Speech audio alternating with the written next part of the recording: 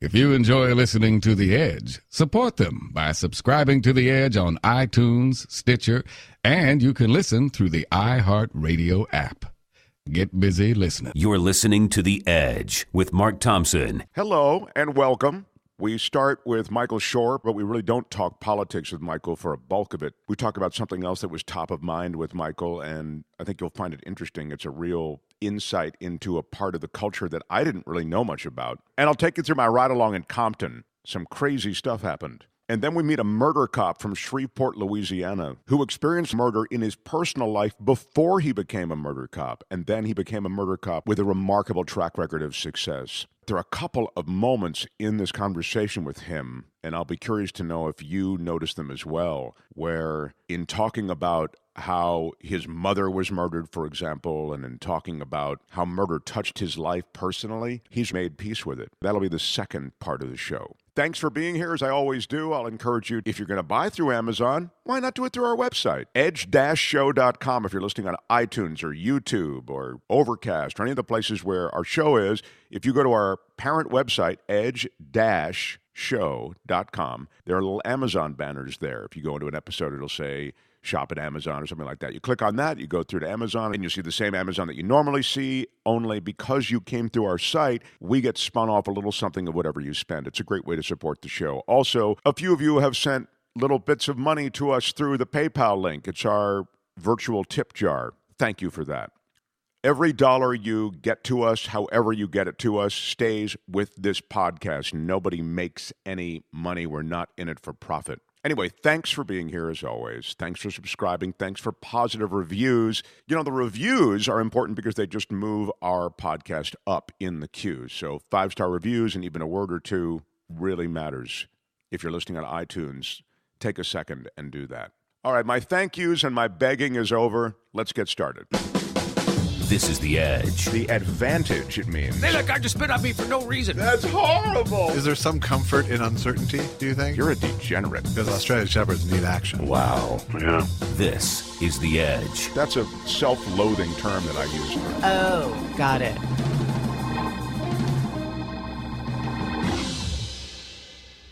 edge-show.com.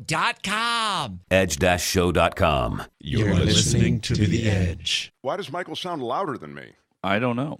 I like it. We're doing a run-through of the first Reasonably Sure, and being that you're going to be the fill-in guy. Permanent fill-in guy I'm on very Reasonably excited Sure, about maybe you could come to the run-through. I'd like that. Will your mic also be louder than mine for that? We hope so. We're trying to rig it for that. There's no excuse for it on your show here, but on my show it's going to be that way.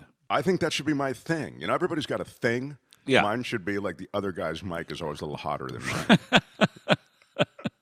Fair enough. Time for the Fast 15, politics and more. We welcome him back after a week off.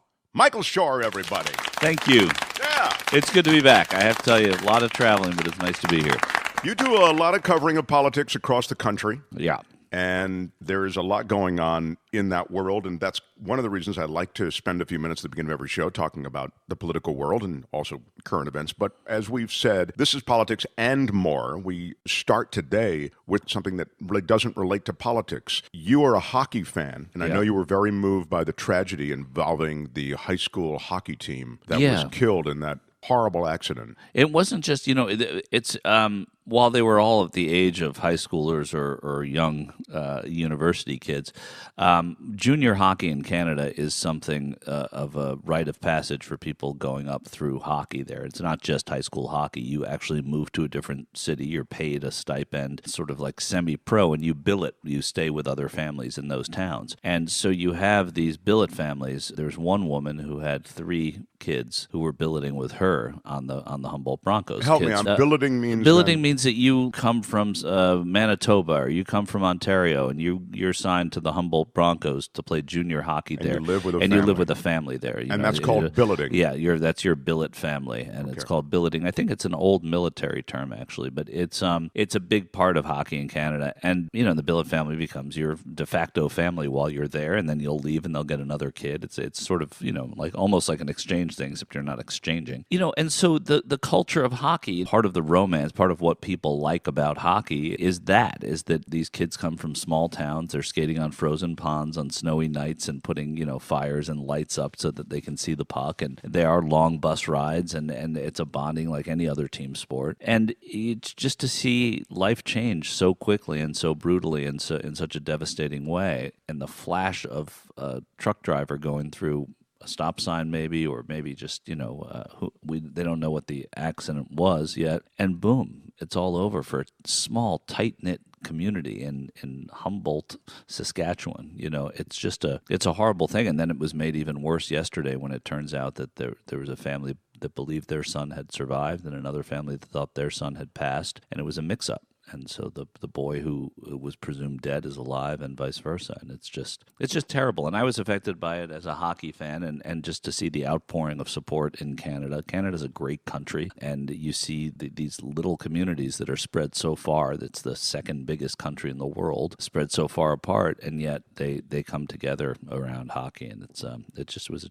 terrible thing. I know the National Hockey League had some kind of remembrance or memorial prior to a game. Right, yeah. They did one of those where they had the Winnipeg Jets and the Chicago Blackhawks. Of course, Winnipeg's in Manitoba, one province over, and they wore Broncos on the back of their jerseys instead of their names. That game was the last game of the season, and they do those sorts of things. But they've raised, I think, close to over $4 million on GoFundMe and for these kids and their families, and and it's not just the families, it's the billet families, it's the kids who there's one boy who won't walk again, who was paralyzed, and it's just a horrendous thing. But yeah, it shows the power of community and everything. I'm just affected by it because I love hockey, and I just this is a nice outlet where to talk about it. And I appreciate that you bring it up, because I think that once the memorial's over at that Blackhawks game, can we kind of move on? Right, of course, and it gets lost in those. It's not unlike the Parkland shootings and all the other. When there's a tremendous loss like this, you think it's going to linger, and the ripple effects emotionally will sort of be felt by the culture. And unfortunately, the news cycle it's ravenous. It is ravenous. And listen, this was not about guns. This wasn't about an issue. This was probably going to take the province of Saskatchewan's probably going to make some road changes because maybe it was a faulty interchange, and who knows. But yeah, this community will forever have this, and then the world goes on. And I'm struck by the fact that I remember the Russian hockey team went down, and by the way, that was a professional hockey team. Many of them were NHL players, right? And former NHL players, yeah. And it was not that long ago. It was 2011, right? And they lost everybody. There were 45 guys on there, and they lost everybody but 2. And it was an airplane. That's right. Yeah. And what it revealed in later investigations, it's such a bizarre, weird story, is that these private air carriers that the Russians were using to ferry their various athletes all over the world were completely unregulated. They had horrible maintenance records. Yeah. In other words, they're putting their most prized athletes in the most perilous situation repeatedly. Right. Yeah, and presumably others too. It's remarkable when you think about it. Teams at every level of sports travel so much, and the accidents you can name. I mean, there have been so few devastating team accidents, and this is that of course Russia was terrible. This was as well, and we know the high-profile ones. Russia, ours, of course, we know. Canadian and ours. But as you go back and look, there are these accidents, and you realize it's been 2 years. A plane went down, a Bolivian charter flight, and 42 people were killed. These are Colombian soccer players, and as you go back and through time, Oklahoma State University women's basketball team. Evansville, wasn't there an Evansville one? I believe in the 70s or 80s, it was a big one. The University of Evansville. Entire team and coaching staff, along with members of the press, boosters, plane crew, they were all killed in the crash. It took place shortly after takeoff. So, yeah. I remember that, yeah. Right. And then, of course, the famous soccer team that went down in the Andes that inspired that book, Alive. Yeah. That book was unreal. That was unreal, yeah. American aviation accidents are so rare that it's not surprising that nothing happens, or it hasn't happened in a long time. But even though they're so rare, don't you get nervous when it starts getting bumpy? No, never. Bumpy, never. No, really, never. No, bumpy is just it's air. It's like a pilot once told me. It's like you drive on a dirt road sometimes. For us, that's our dirt road. My girlfriend, who is lovely and very smart, meaning she should be able to understand that which you've just said. Yeah. She literally, first of all, the pilot comes on and he'll go, we're going to experience some turbulence here. And by the way, I'm having this conversation. I don't mean to trivialize these deaths or... No, it's just the natural move on. This is a segue, yeah. So I'm always appreciative that the pilot's going to say, hey, folks, it's going to be a little bumpy over Oklahoma. Looks like we've got some strong headwinds. Just want to give you a warning. Why don't you do what we do up here in the cockpit a little bit? Right. Keep your seatbelts fastened. And try not to move about the cabin. The only place that people move about in the whole world is the cabin. Just that announcement brings my girlfriend to this level of right on the verge of tears. I'm not kidding. Wow. So when there's a little bump, she goes over. She's so frightened. That's amazing. It's strange. Yeah. There's nothing safer than flying a commercial aircraft in America. It's why pilots have the lowest insurance rate, the premiums that they pay if you work for one of the major carriers in America on big jets. It's remarkable. Look back at when the last time, you don't want to jinx anything, and I don't believe in jinxes, but it's, even if something were to happen tomorrow, it's still unbelievably safe to fly in America. There are 500,000 people in the air all the time in the world. That's 500,000 people just flying right now as we speak, at least. Well, once we get those onerous regulations off of those carriers, probably more are going to start dropping out of the sky. Yeah, that's right. But then the free market will decide. Of course, that's right. Mark, is everything political to you? Yes, actually. Michael Shure, can we quickly spend a moment or two talking about what's happening in the world? Are we going to war in the Middle East over Syria? I mean, aren't we in the war? Aren't we at war in the Middle East? I don't know. Are we going to go into Syria? My guess is that we're going to take some kind of action.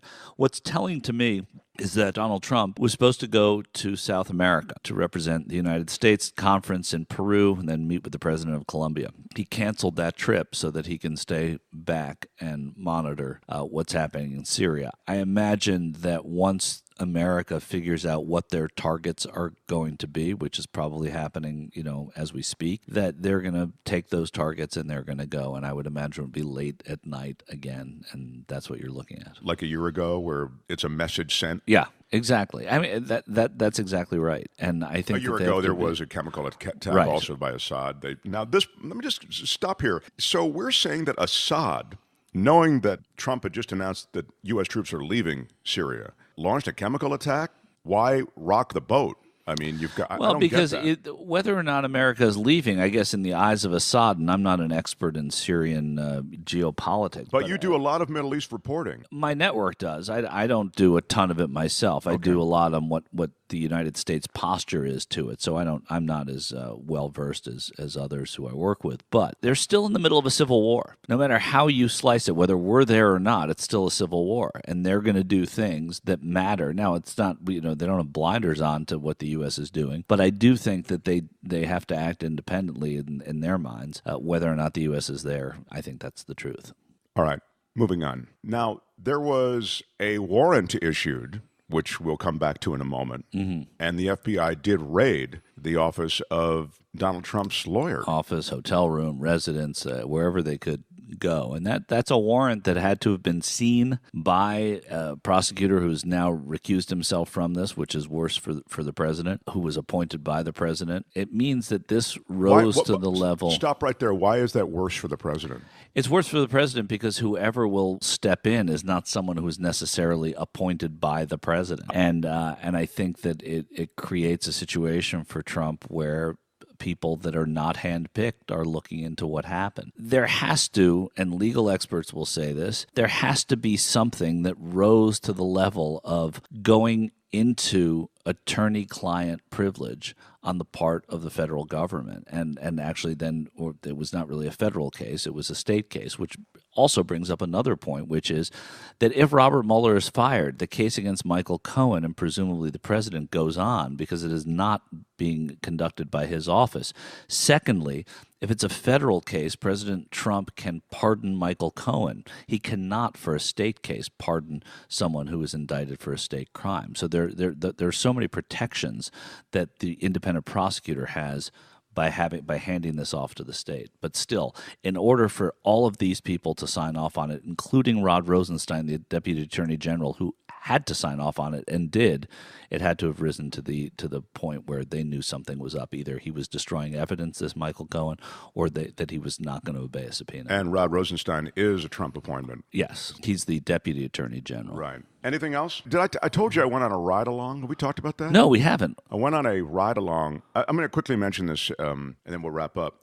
I went on a ride-along in Compton with the L.A. County Sheriff's Department. Wow. What was the reason? I'd never been on one. I'd been offered, because of my background in news, I'd been offered many times ride-alongs, and even I've had friends who've been police officers, and I just never, A, could make the time, B, prioritized it, and for some reason I always felt like that's something I want to do, especially now in the environment of such front and center police issues and law enforcement issues. I wanted some window on what they... That's so cool. So they offered it, and I said I'd love to do it. And then they said, well, you can go, and they have all these places, because the way L.A., I'm not going to get into a big thing, but essentially they patrol all these different places. I wanted Compton because I felt like Compton is a place where maybe stuff goes down. Give me the second choice. Like when you were saying, should I do Compton or? There's West Hollywood, for example. Right. They patrol a lot. What's the difference between the sheriff's office and the LAPD? Unincorporated areas of L.A. contract with the sheriff to patrol and handle law enforcement. So they really perform the function of LAPD. I see. But they do it on a contracted basis. And even areas that are not unincorporated, some areas of, like I believe one of the beach cities contracts with the sheriff's department. Sometimes their departments were mired in controversy, corruption, whatever, and they just had to clean house and go, okay, we're going to have the L.A. County Sheriff. So where L.A., they're never in the same jurisdiction? No. Okay. Never. They're the fourth largest policing agency in the country, which I didn't the realize. The L.A. County Sheriff's Department. I mean, huge. So they cover an immense area. For example, Malibu is a place that you could go. Yeah. Hidden Hills. A lot of these areas that I'm going to mention may not mean anything if you don't live in Southern California, but essentially you can go to some of the tonier parts of LA or some of the rougher parts. Right, and there are other rough areas, but it all depends. Like anything can happen anywhere. Right. But I wanted Compton. I mean, I knew Compton, so I go to Compton. It's night, and I wanted to go on a night ride, and like you go straight into Compton. Yeah, you missed my. Straight into Compton. Yeah. Sorry, Mark. All right. Oh God, that's so. No, it's bad. Don't blame me for it. Don't blame me for it. Anyway, so you go to Compton. I went straight into Compton. Oh. See, when I re-edit it, you won't even hear you. So I went into Compton. I went at night, and look, it's not like you're going to battle. Come on, chances are nothing's going to happen. Right, you're just driving somewhere. Right, you're just driving somewhere. But you go in, and the Compton station is there, and the guy did ask me, how come you chose this area? Yeah. And I kind of explained to him why. And he said, okay, well, let's go. So we get into this cruiser. It was like one of those Interceptors, like a big, kind of four-wheel drive type thing. Yeah. And he's got the windows down, which I guess I just sort of deductively realized you want the windows down all the time because you can hear what's happening. Oh, that's interesting. And he started cruising through the neighborhoods, and they were dark, and he took me to these various... This is what he would do on a normal night, is just drive around. Right. And he showed me these areas that where drug dealers congregate, where illegal weapons deals are typically made. There's certain areas and pockets of the community where that stuff goes on. He also showed me certain pockets of the community that are really nice. I mean, they're nice areas of Compton also. Of course.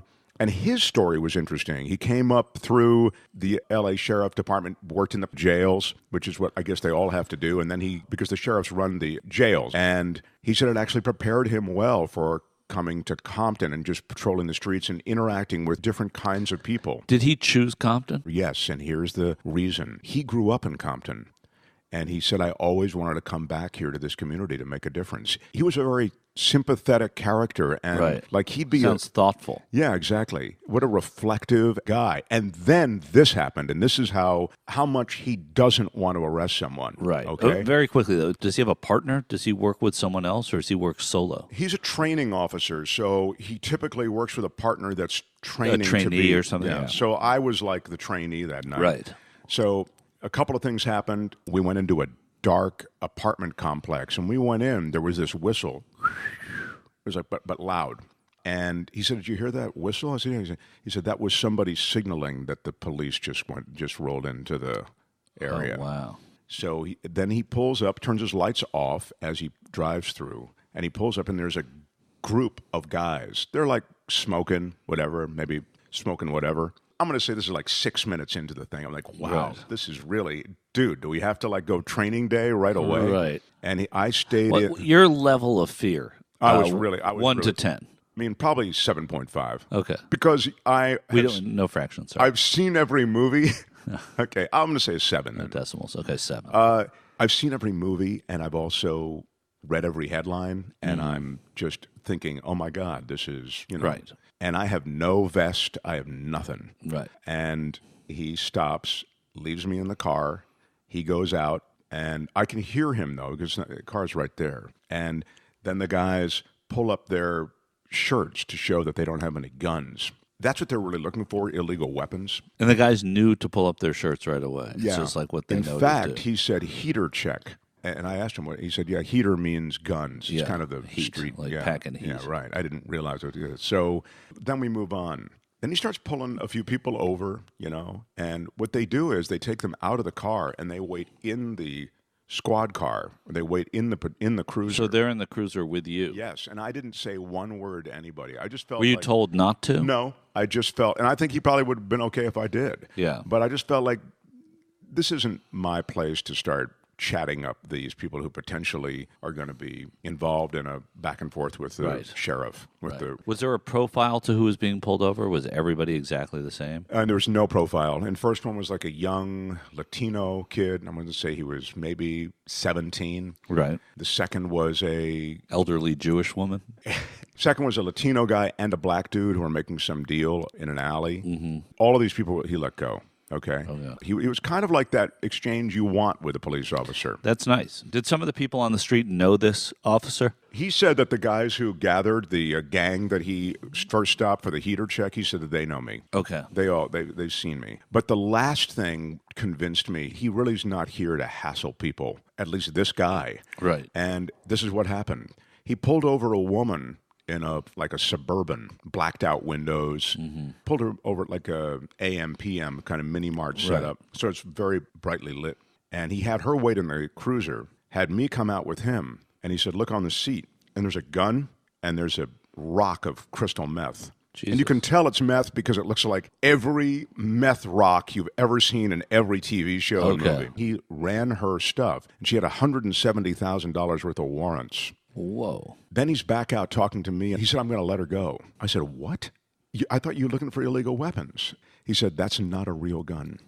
And he said, and that meth? He said, that's a misdemeanor. He said, I'm not going to ring her up on a misdemeanor. It's just not worth it. I said, well, what about the warrants?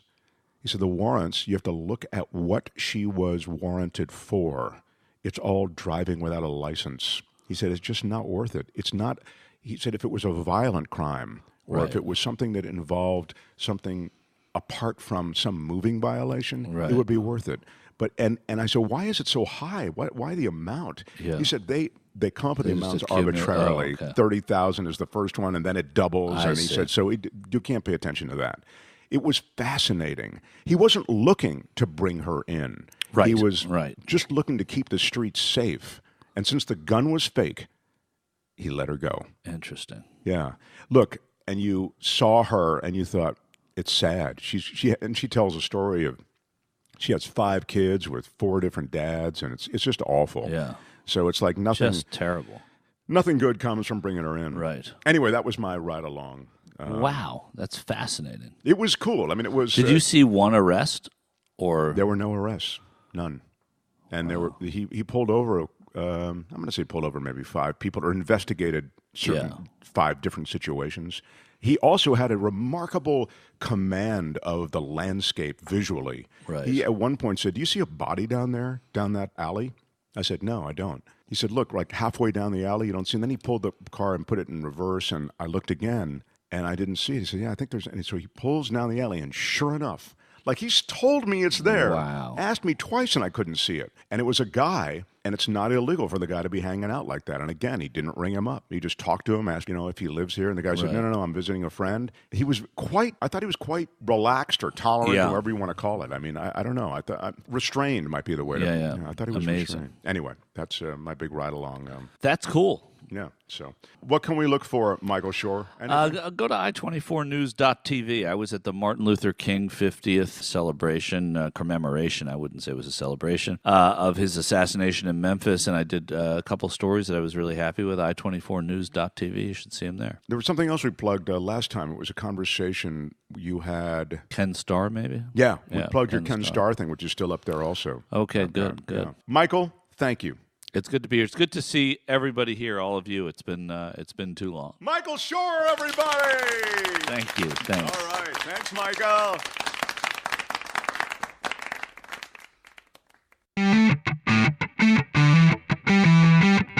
Our next guest is a homicide detective. He's been a homicide detective for a long time, but he was touched by murder personally. We'll get into that. His track record on solving or assisting in more than 250 homicide cases is amazing. He solved each of the 60-plus cases that he was the lead detective on. Murder and me, we go way back.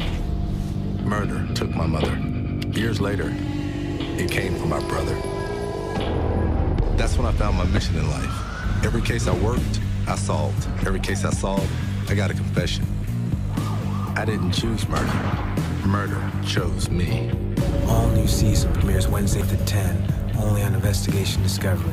Joining us from Shreveport, Louisiana, is Detective Rod Demery. Welcome. Hey, thank you. Thank you for having me. First of all, the show is gritty and interesting, and at the beginning of every show, it's reviewed that murder touched you in a first-hand way. Your mother was murdered when you were just 3. How did that happen? Why did it happen? Well, my mother got married after I was about a year old and my brother was 2. And the guy she married moved her from Louisiana to Texas. So my brother and I stayed in Louisiana. I think the plan was for her to come back after they got settled. She was in a situation that was just a typical domestic violence type household that escalated. He started with just random violence, and it ended with him shooting her 9 times as she tried to leave him. So, my brother and I were shipped off to New Mexico to be raised by my grandparents, my mom's mom and father. And, I guess the memory of my mother's murder is obviously not something I don't have a real vivid memory about. But I think it was probably more so watching my grandparents,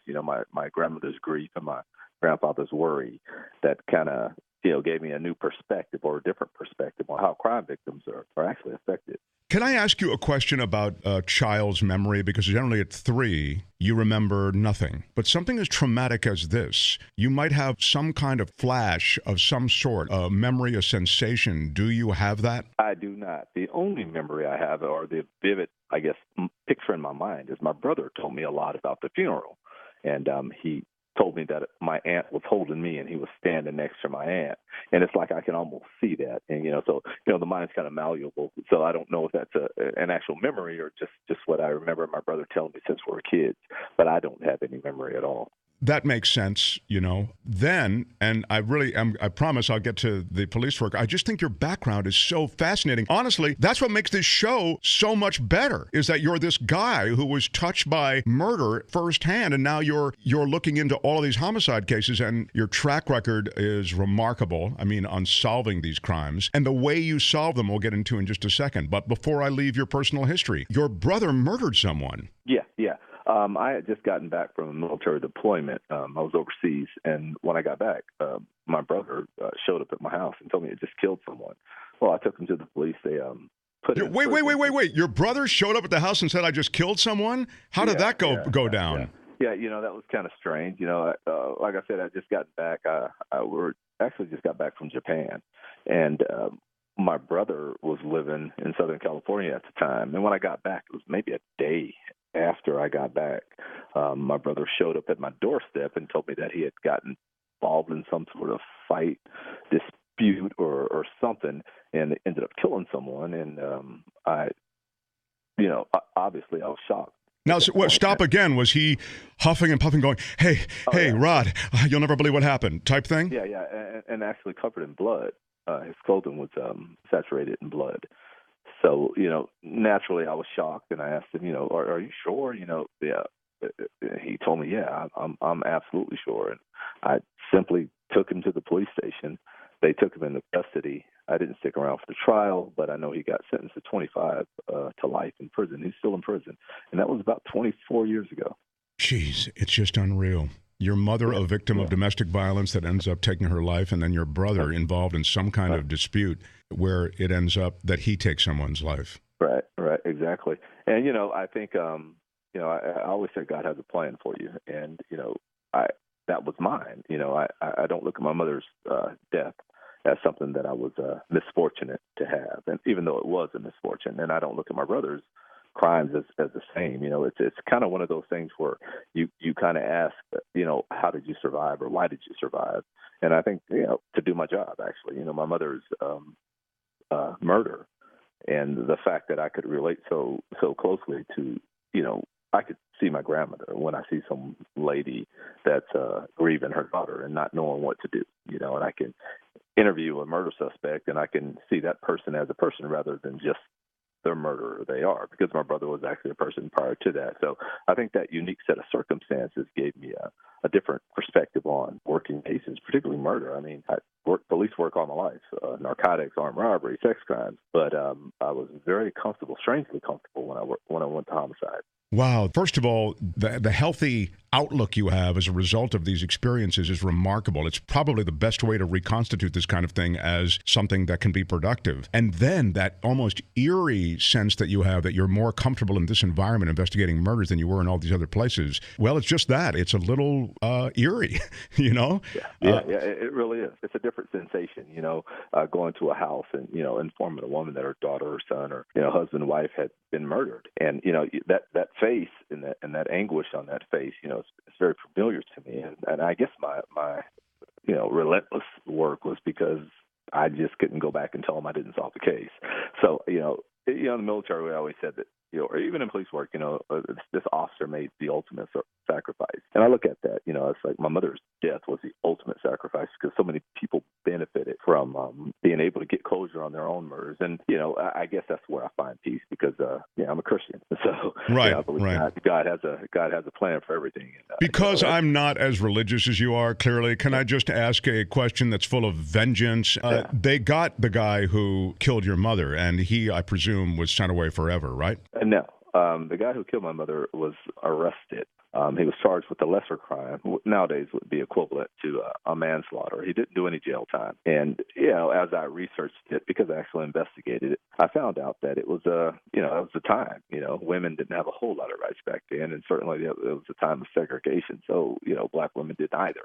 So, it was one of those things that was just kind of pushed to the side. He never did a day in jail. I did find him after I became an adult in police work, and I interviewed him, and I actually videotaped a conversation with him. And I wanted him to tell me what happened, and he told me that he killed my mother, but it was an accident. Of course, it wasn't, but I think I don't know that he could ever face, me and tell me that, I killed your mother just because I was an abusive man or a controlling man. But, I had to find those answers.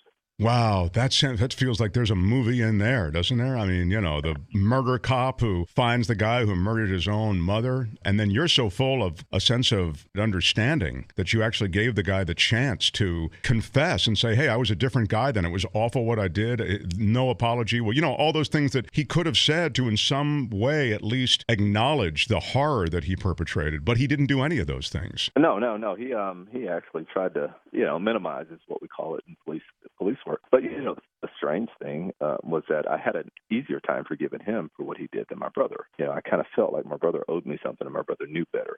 And so it was a little more difficult with my brother. I think it was 15 years before I was able to forgive my brother. But that guy, it was almost instant, because I don't know. I just realized what had happened, how much time had passed. He was just a broken down old man. My brother, on the other hand, it was just he and I. After our mother was killed, he knew what we went through. And, I thought about the victims that were surviving the man that he killed. And I thought about the fact that, there I am having to face the world with, my only living sibling, going to prison for something that horrible. It was a tough time. Is that one of the reasons that you have not been in touch with him? Well, I have been as of recent. It took me a while to get there, maybe 15 years. And, I think that once you get to a certain point in life, you start confronting all those things of the past, and you reconcile a lot of stuff. Like I realized that there was a lot of shame in it. You're kind of ashamed of what happened. You're kind of angry about what happened. And then, you just come to a conclusion that, it is what it is, and that it's not necessarily the crime that defines the criminal. People do horrible things, but it's something that they can be punished for. But the person they're actually, or who they actually are, is different from the act that they committed. So there's a lot of mind balance in there, and trust me, it takes a while to try to reconcile some of it, and I still have trouble with it. No, you sound honestly like a very mature mind looking back at all this. I don't know that I could have that level of maturity and enlightenment. I would be remiss if I didn't say one last thing about your mother. It would be hard for me to ever forgive a system that would allow the guy never to do a day in jail. Yeah, and that's probably another thing that lends to my work as a police officer. I realize that the system is full of people, and people are going to fail. And that's the toughest part, because you work with police officers and, prosecutors, or even, defense attorneys that just don't seem to have that personal connection. And, it's going to fail, and I think there's always going to be people who don't, and people who are relentless in it. So any system is flawed. And when I reflect back on that, I think of some of the modern day failures and realize that we just have to try to perfect it, but I don't think it'll ever be perfect. So it's a lot to deal with there. If everybody does what they can, then it gets better. That's exactly right, and that's really why I'm encouraged by talking to you. I feel like, that's one of the good guys who's trying to make the system a little bit better. And if everybody was like that, then the system would be a lot better. So I want to go to your show now, Murder Chose Me. You have all of these cases that seem like dead ends. There's everything from this high-profile person in the Korean community. She's got a store and that kind of thing. She's murdered in broad daylight, right on the doorstep of her store. And there is no physical evidence that anybody can find. And you begin talking to people. And this is one thing I want to ask you about this case in cases generally, but I want to ask you about one thing, because it seems that all the cops who talk to us say this guy has some connection to the community or some way of speaking with people. Detective Rod Demery somehow gets people to say things that we couldn't get them to say, and reveal things that we couldn't get them to reveal. Yeah, and a lot of the guys that I work with, we always have those conversations. And the first thing is that any detective is going to be successful when he has a bunch of people working around him that are really good at what they do, patrol officers or whoever. And in the neighborhoods and in the community, people kind of feel your sincerity. And if they think that you're really sincere about something, you start to build up a reputation, people are going to tell you things that they would normally say. But I think the most important part is that, murder is a very intimate and personal crime. And it can't be worked as a detached investigator. There are advancements in technology, DNA, whatever, but the reality is that murder is very personal, and it takes a person to work the crime, and it takes a survivor on a personal level. Now, the trick is that the person who commits the crime, there's nothing personal about that. It's an act that they did. And when you bring someone in, especially in an interrogation, they're going to tell you exactly what you need to know, because, one, it's overwhelming. They cannot say it. They have to tell somebody, but you have to be the person they want to tell it to. You have to understand that they're reading you just as you do. We study nonverbal communication and all these other different body languages. Well, they do the same thing. They come in and they sit down in that chair, and they know that you either just want to lock them up or put them in jail or whatever, and they get on the defense. But if they think that you're just going to listen to their story, they'll do it. And some try to manipulate you. But the trick is once they start talking, they can't stop. And I think it's psychologically overwhelming to carry around that type of psychological baggage, especially immediately after killing someone and not crack. I think it's always going to happen. We see that you have some connections on the street in the community. How important are those connections? Well, that makes it. I mean, I think that the police officer or police department, and they're very unlikely. If I'm working in a predominantly black neighborhood, doesn't necessarily mean I'm going to be successful just because I'm black. And if there's a white officer working in a predominantly black neighborhood, doesn't mean he's going to be it doesn't matter. People understand a human connection. And if they feel your sincerity, and that's what it usually is. I mean, everything about police work is trust. The community actually has to trust you. Now, that's made a couple of ways. It's word of mouth. It's what they see you doing. They watch the arrest. They watch how people are treated fairly or unfairly. Once you develop that, you're there. I mean, there are a lot of neighborhoods that shut out and don't want to talk to the police. Well, that's because they don't have faith in the police. But if they believe that you're actually going to help them, they're going to do it. No one wants to be shot. Nobody wants a neighborhood to be shot up. But they would rather not say anything than take the chance of somebody being arrested based on something they said and that person being released. So it's all about developing a reputation and, keeping your word, Right, and protecting your sources, you mean? And protecting your sources. I mean, there are sources that would tell me things I would never, tell anybody. But there are other little things. I'll give you a quick example. I had a female, her boyfriend was shot in the head. And she comes to the police station and she's wondering if he may be HIV infected. I took her to the Philadelphia house and put her in counseling. So it's those kind of things where people see your sincerity. It doesn't have anything to do with police work. It's just you as a human. And that kind of travels. People start to say, you know what? I mean, I've gotten letters from people that I put in prison. They say, you got me, but you got me right. And something's going on in their neighborhood, and they'll say, but this guy's out doing whatever.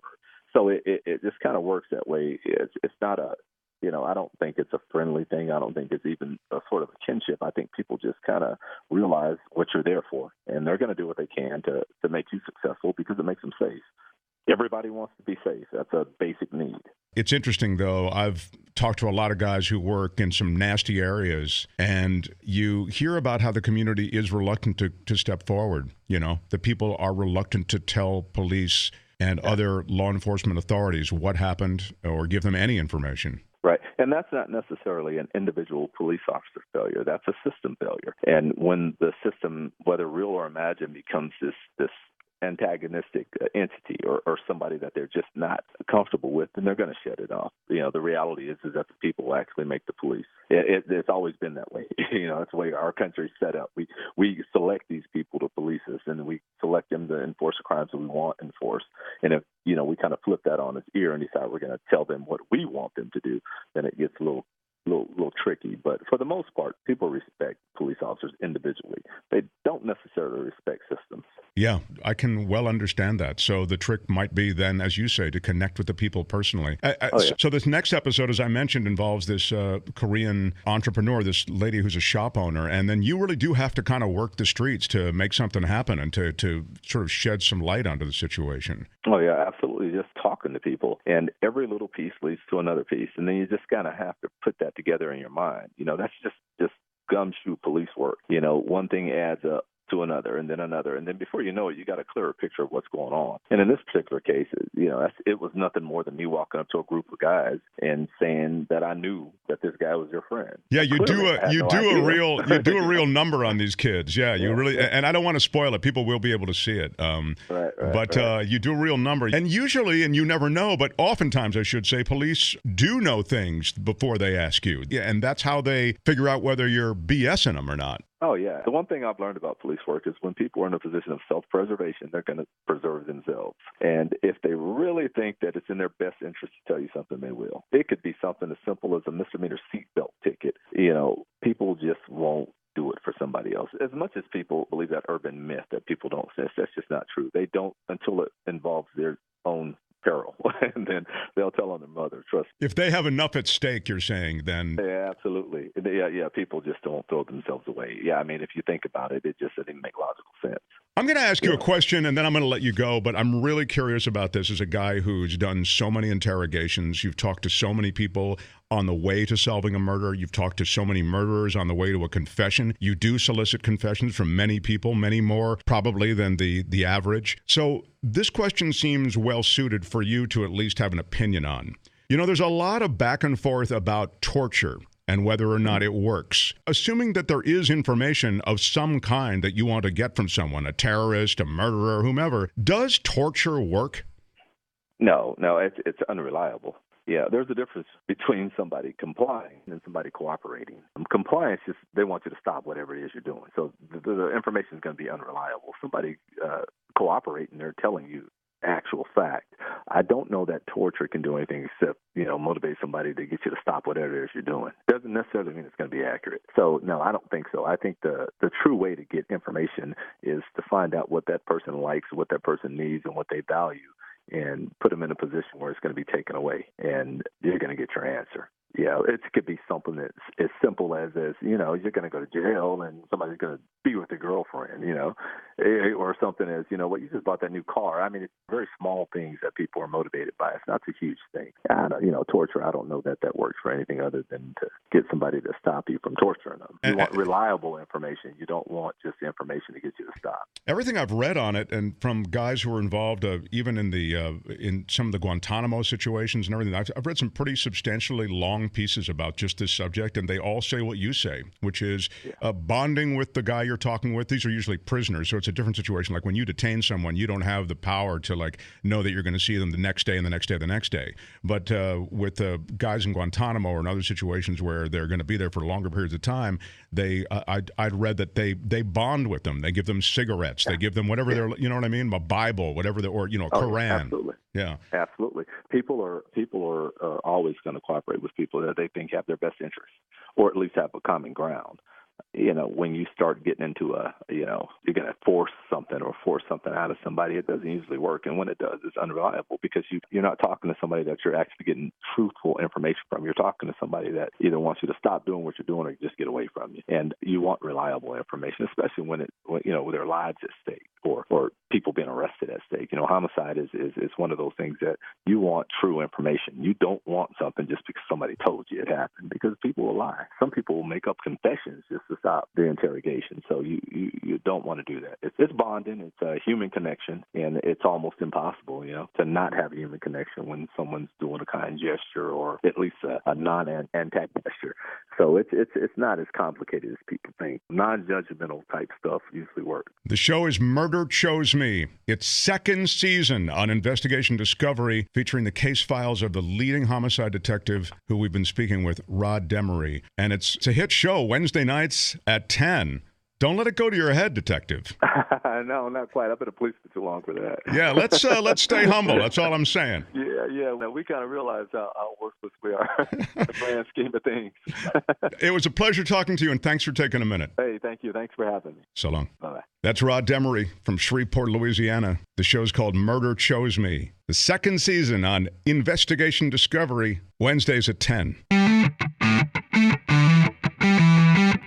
This is The Edge. Hope you enjoyed the show. You can always reach us through the website, edge-show.com. There's a place to comment there. And if you have anything to say, you can also say it through Twitter. I'm at Mark T. Live. Thanks again for spending some time with us. Until next time, bye-bye. I want to thank you for all the ways that you support my friends on The Edge. And if you haven't already, why don't you show your support and subscribe? Go to Edge Show. Oh, shit, it's Edge Dash. What's with the dash? Stupid. All right, I want to thank you for all the ways that you support my friends. Show your support and leave something on their website, edge-show.com. Stupid. Why is there a dash? edge-show.com. edge-show.com.